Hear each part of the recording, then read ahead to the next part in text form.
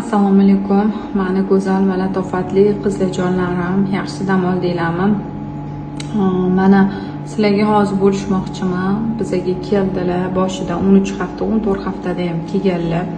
Kelganlar vaqtida biz ularni oldirishga yozib berganmiz prerivaniyaga, chunki bolamizda suyuqlik miqdori juda ko'p.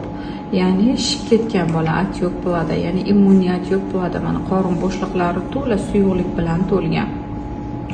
O'pka yuraklari siqilib qolgan. Bunday holat qachon bo'ladi? Bunday holat ayol homiladorlikda kichkina muddatlarda shamollash o'tkazsa, unda to'rch infeksiyalari bo'lsa, katta konsentratsiyada parvo viruslarning har xil turlarida shunaqa bo'lishi mumkin. Albatta, har bir go'zal latofatli ayollarimiz shamollab qolsanglar, o'z vaqtida vrachga murojaat qilinglar.